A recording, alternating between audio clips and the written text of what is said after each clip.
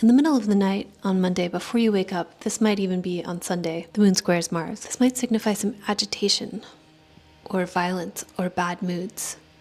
Or, if you're on the East Coast, this might be it in North America. This might be a good day to wake up early. The moon in Aries, ruled by Mars, in fall, in Cancer, retrograde.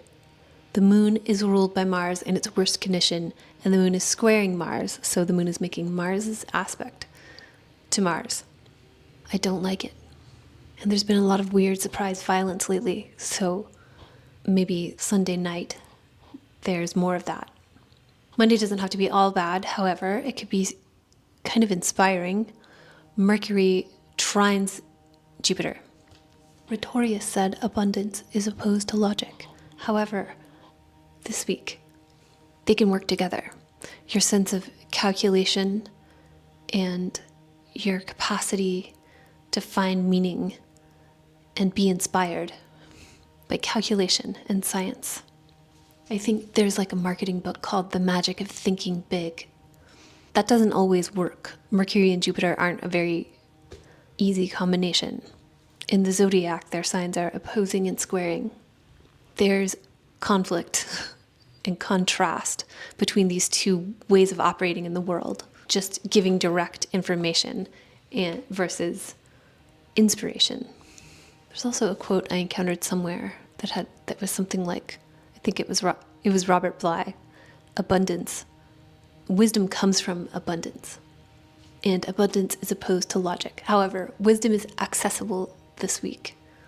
You won't even need to try, probably. You won't even need me to tell you to go for it. It's a trine, especially if you're in a Mercury-ruled year or a Jupiter year. I also think about how Steve Jobs said that a computer is a bicycle for the mind. A bicycle helps you go faster with less effort. And also, there's another analogy about like the whole versus the sum of its parts. How like a bicycle is very different than a box of bicycle parts. This Mercury trine Jupiter, even though Jupiter's in detriment in Mercury's sign, is interesting for the South Node in Virgo also. We have the North Node in Jupiter's sign. So there is like I feel like there's a heightened access to using logic and calculation, instructions, skill, in combination with earned wisdom and the opportunity that comes from inspiration. Monday evening, we get some changes. Monday morning starts rough, and Monday evening, there's a different type of roughness. So the moon is in Taurus. Now, the moon was in Taurus during the fires in Los Angeles. I keep saying that with Pluto in Aquarius for the next 20 years, our capacity, our ability to live in our best bodies, to cultivate our best bodies, is going to be inhibited by corruption within the infrastructure. And we saw that. I mean, the moon is also home.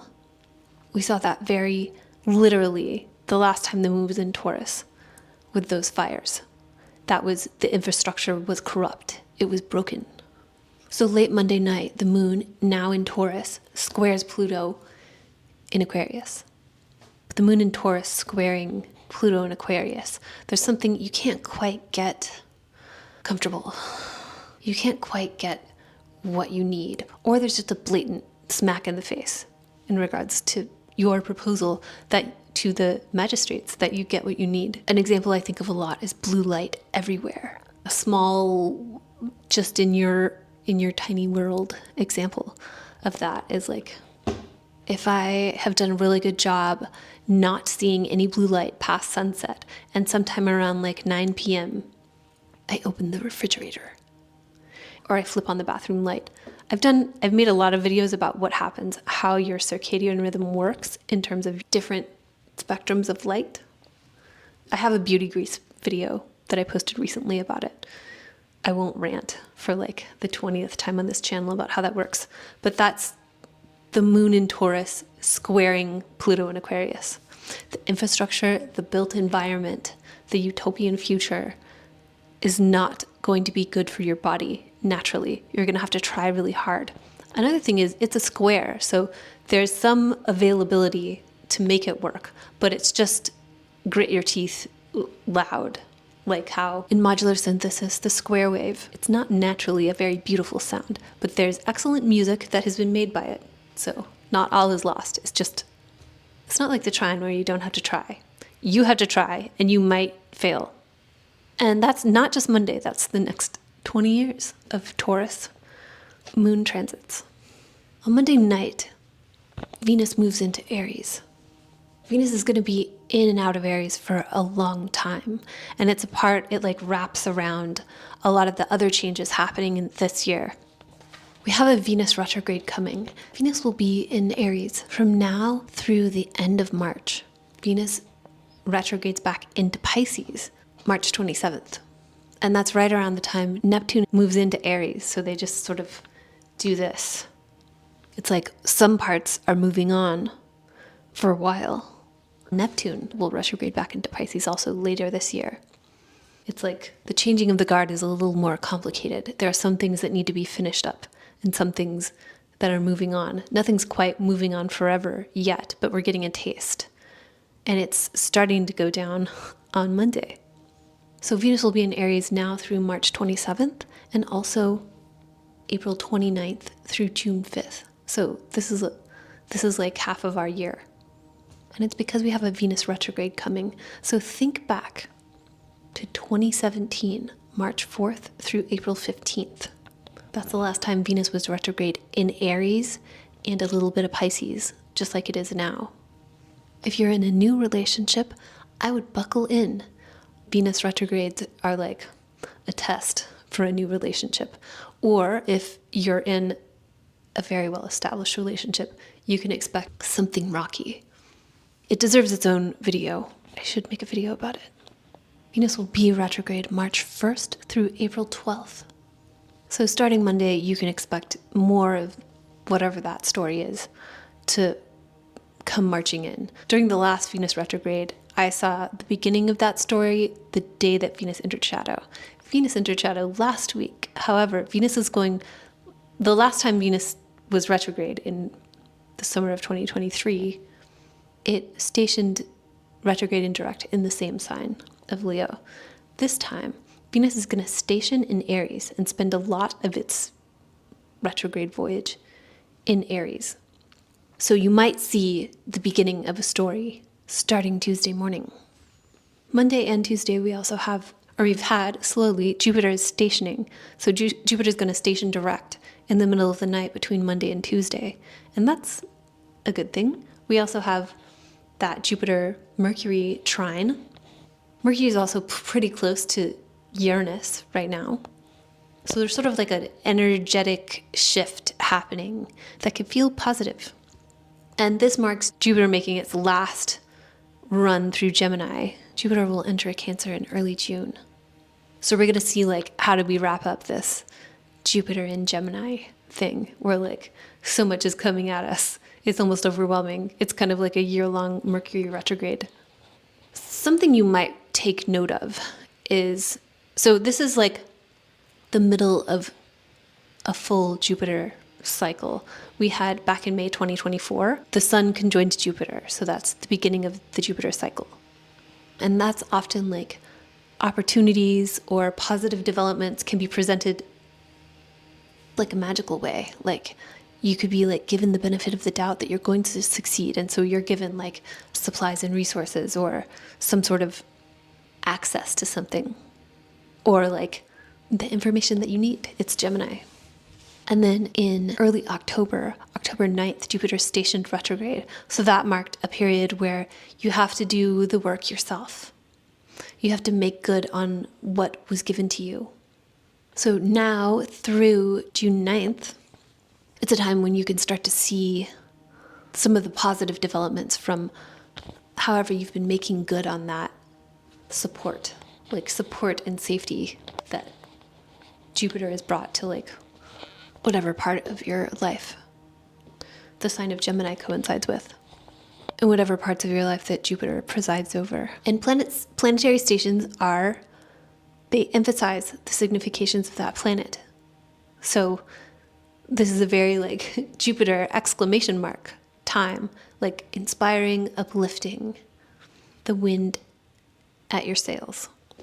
And also on Tuesday, the moon in Taurus squares Mercury in Aquarius. So it's more of the same of that moon squaring Pluto stuff. I feel like Pluto's little assistant maybe has some extra enforcement, or like it's like Pluto's annoying hall monitor getting you in trouble. That's how this feels. Wednesday is very busy. We have the moon entering its second quarter, so now energy is building. Like the energy is very hot and like conducive to growth. Early in the morning on Wednesday, the moon makes beneficial contact with the malefics. So the moon sextiles both Saturn and Mars, which are headed to complete a trine later in this week, and that's the second trine of 3 during this Mars retrograde. Again, it sounds like a good time to wake up early. Mars connecting with Saturn on Tuesday might lead for like a somber Tuesday. It's not so much like if you're supposed to like go out and have an amazing party time, that might not be the case. It's more serious, like business, like a serious dinner with business partners. But the moon sextiles Saturn, sextiles Mars, and then later in the morning or afternoon, if you're on the east coast of North America, conjoins Uranus, which is freshly stationed. So Uranus is pretty loud in the sky still. It feels like the morning could give you could take advantage of this morning to like give yourself a jolt. And Wednesday, the exalted moon in Taurus, sextile Neptune on Wednesday evening, along with the moon moving into Gemini late at night, could make for a relaxing social evening. And you could crank that up like all the way, the relaxing part, because Neptune is about to conjoin the North Node. And you might see that, although Neptune doesn't conjoin the North Node until tomorrow, Thursday, you might see whatever that is about, like most immediately, even though we've been seeing it for the past little while, especially with Venus in Pisces.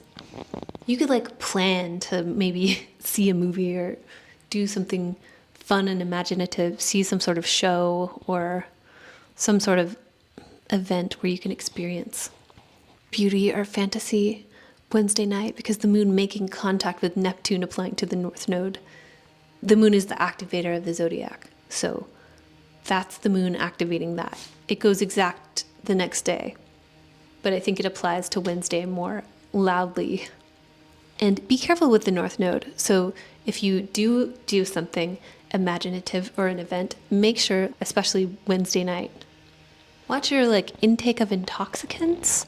This could go pretty far. If you're going to enjoy something like that, be sure you have set and setting, be sure you're safe, and just be very careful. Neptune is also like, doing things you regret later because you were delulu. So keep an eye on that for Wednesday. Oh, and also, this is for Wednesday night again. The moon is also applying to a sextile with Venus after the moon moves into Gemini.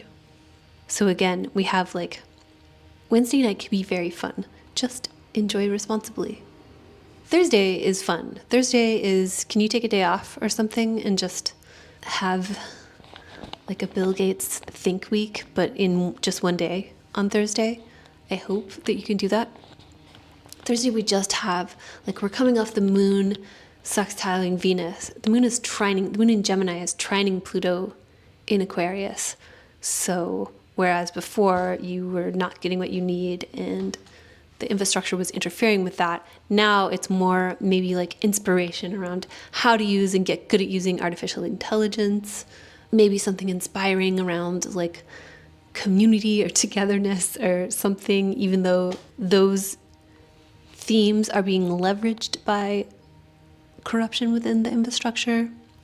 And the moon is applying to Jupiter all day long, so it goes exact around 6 p.m. Pacific time, 9 p.m. Eastern, and after that, the moon is applying to a trine with Mercury. So very like inspiring, informational, clear-headed, maybe productive. So maybe don't take a day off on Thursday. Maybe Thursday is productive.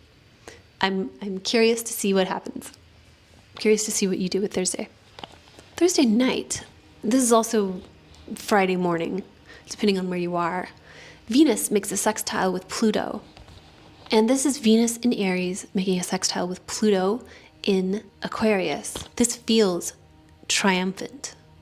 Venus is ruled by Mars retrograde in Cancer, so that's kind of complicated and something, maybe it's not like this combination of planets is not exactly crowned with laurels for, I wouldn't call it timeless. I would say it feels triumphant in the moment. And this is one of 3 sextiles with Pluto that Venus is going to make. So remember that Venus retrograde a few years ago? It was the winter of 2021, over the holidays in 2021. That was a Venus conjunct Pluto, Venus retrograde. So that could be more intense in terms of like Venus's relation to power and manipulation. So this Venus retrograde, again, it feels more triumphant, and there's something about the metaverse here, because everything that Saturn and Neptune moving into Aries, that's the metaverse.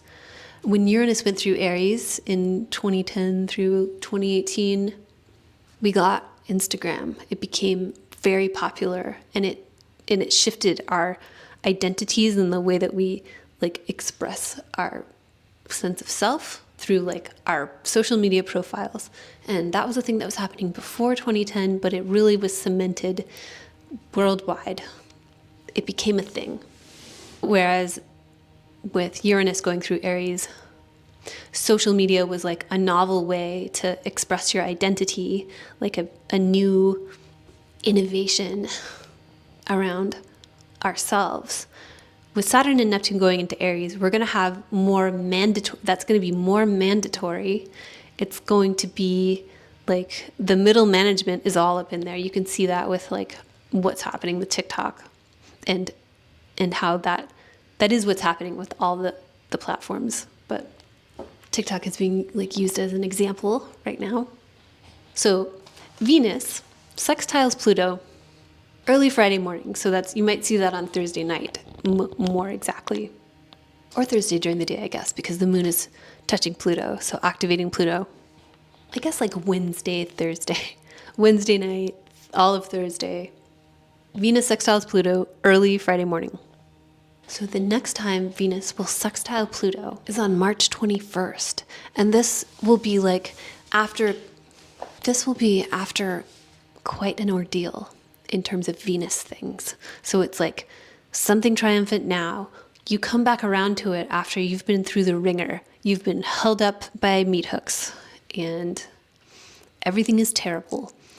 The next time this Venus-Pluto sextile occurs, you'll be at a turning point. Things will be, the worst will have happened and they'll be starting to get better. It's around Venus's conjunction with the sun. And it's also right before Neptune moves into Aries for much of the rest of this year. So it's very exciting and interesting. This Venus sextile Pluto on Friday morning. So like Wednesday night through Friday morning through Friday this week, basically. Keep an eye on the metaverse and keep an eye on how you express yourself and how that connects with a deep sense of empowerment that comes from trauma. The rest of Friday is kind of whatever. I mentioned that the moon trines Mercury, but that's so early in the morning. I consider that more of a part of how Thursday is inspiring, not so much about Friday morning. But still, if you're up early, especially on the East Coast of North America, the moon in Gemini is trining Mercury in Aquarius. Like, your knowledge work is happening. You're experiencing productivity. Enjoy it, because Mercury is going to move into Pisces eventually, not this week. Take advantage. And if you take advantage of it really hard, you might not feel as much the moon in Gemini squaring Saturn in Pisces, although there's something around like something not so logical that is getting in the way of your productivity. Or if you're just like, you have your nose to the grindstone, that's Saturn, so stick with it. On Friday night, late at night, the moon squares Neptune, which is still with the North Node. So everything I said about being careful. On Wednesday, double down on just being extra cautious. On Friday night, the moon is squaring Neptune with the North Node. There are like weird tendrils of change. Be just very careful with whatever like intoxication, imagination, being delusional. Just know that that's what's happening. Enjoy yourself if you can, but also know that that's what's going on. Set a little alarm for like, if you have plans on Friday, set a little alarm for like sometime to just remind yourself. If you enjoy some sort of intoxicant that takes a while to come on, maybe set an alarm to like remind yourself that like that's what you've done. On Saturday is the moon in Cancer. So the moon is now with Mars retrograde and it's squaring Venus in shadow, freshly off her aspect with Pluto. I think on Sunday we can start to see some of this. I think on Saturday we can start to see more of this, what this Venus retrograde is about. Or like the moon is like, the moon, our activator, is like, Saturday chafes. That's all I have to say. It could also be good though, but it's a square wave. It's not a sine wave. And we also have, it goes exact, both these things go exact on Sunday, but we have the Mercury cazimi in Aquarius and Mars trining Saturn. So with the moon squaring Venus, it could be good. It's the moon with Mars trining Saturn though, so it's complicated. And this is Venus in detriment, ruled by Mars in fall. So all the planets right now are mostly in places they don't like to be. I guess that increases later when Mercury moves into Pisces, but right now we have Jupiter in detriment, Mars in fall, Venus in detriment, and the Sun in detriment. So this is, Mercury does really well in Aquarius. Aquarius matches, it's not like, it doesn't have any, it's not officially considered dignified or anything. Sorry, do you have any static hair tips? Because I can't make it stop. So Mercury does well in Aquarius. The Sun is in detriment in Aquarius. So this is a Mercury, this Mercury cazimi, it's Mercury's conjunction with the Sun. It happens at 4:08 a.m. Pacific time. So if you want to schedule your meditation around that, that's what I suggest. But they're like epiphanies or like lofty aspirations or revelations or something just constellating around the Aquarius part of your life, what the Sun rules in your chart, and what Mercury, the two places Mercury rules in your chart. Something around there is like you're getting a view from the top, and you might not. This is interesting with the Neptune North Node thing also happening this week. I think of something that Alejandro Jodorowsky says about doing drugs, how he says they can take you to the top of a tower and you can see all these, amazing things and you get this amazing view. But then after you are done taking the drugs and you come back down, you have to figure out how to get up there yourself. So I feel like that applies to all of this week. And that's what that Mercury cazimi makes me think of, especially Aquarius is like the clouds. The clouds are water bearers in the sky, and they do move, but they're mostly fixed. And it offers the archetype of Aquarius offers a view from 10,000 feet. You can kind of see, it's like being in an airplane, which is obviously a loaded theme right now. So glimpse the future. It might be, it's just like a little something good. If the Sun's going to be in detriment in Aquarius, it's nice that we get our little helper helping us with deliveries, conveyance. Again, going back to like, get good at artificial intelligence. You don't have a choice unless you can go live on an estate in a tamed wilderness. And you don't have to do any knowledge work ever again. In that case, I'd be especially interested in what the cazimi in Aquarius brings you. Again, also that Venus-Pluto sextile and everything happening with the transition from Pisces to Aries, touching Pluto in early Aquarius. I wonder about that cazimi and how it relates to the metaverse and artificial intelligence. Also blockchain, not crypto, blockchain. So the other thing that happens Sunday morning that you'll feel maybe the most on Saturday, because it's still applying, is Mars' second trine with Saturn. So this is number 2 of 3 trines of Mars with Saturn. The first one was September 29th, 2024. The second one is February 9th, so this Sunday, early Sunday morning. And the third one is April 4th.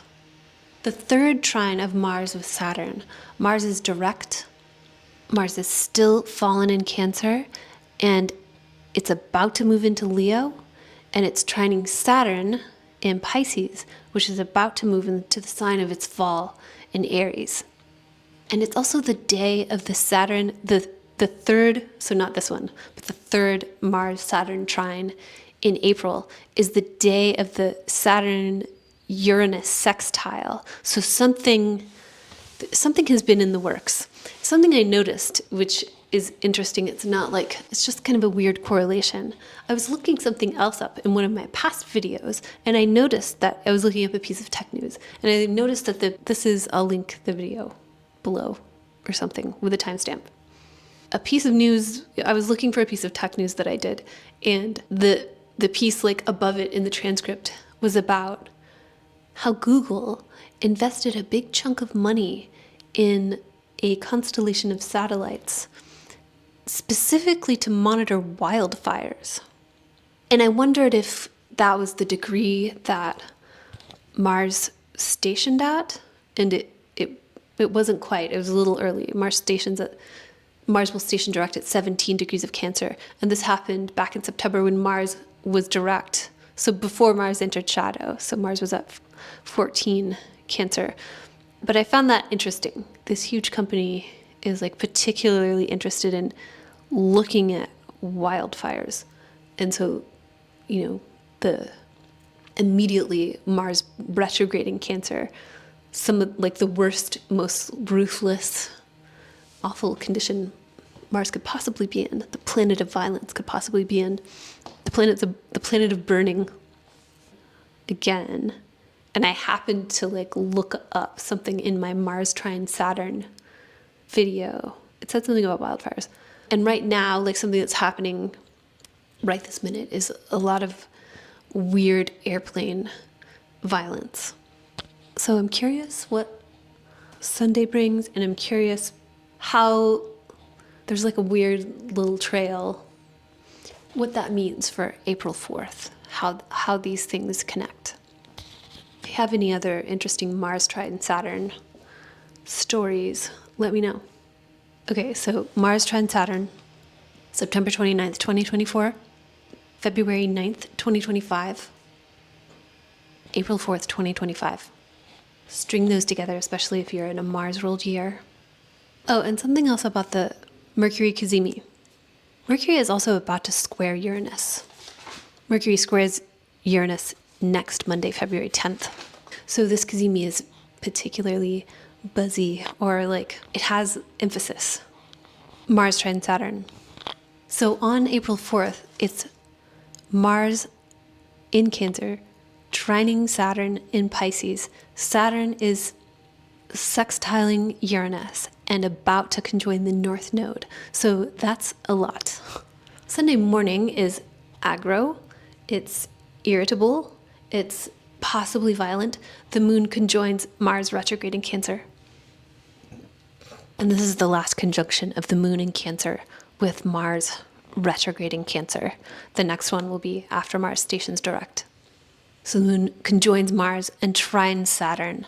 So there's something, it's this contact with the malefics that we got back on Wednesday, but much less gentle. And somehow, so the moon conjoining Mars, that could be violent or angry. The moon trining Saturn makes me think of how boundaries protect us. So if you're doing this Saturn work, maybe that can protect you from the gnarly Mars stuff. The moon is also dignified, so it's not as bad as it could be. But Sunday is not all take off your rose-colored, you take off your rose-tinted glasses. Take off your rose-tinted glasses on Sunday. And we get, so the moon is our activator. Mars is trining Saturn around this time, and we get the moon also contacting Saturn and Uranus. But the next time Mars trines Saturn, that will be the Saturn-Uranus sextile. So there's something about this Sunday that has it rings little bells of early April. And Sunday night, the moon trines Neptune, which is still with the North Node. Again, be careful, but this is much more enjoyable than Friday night. But still be careful. Remember, your Wi-Fi is a camera that can see through walls.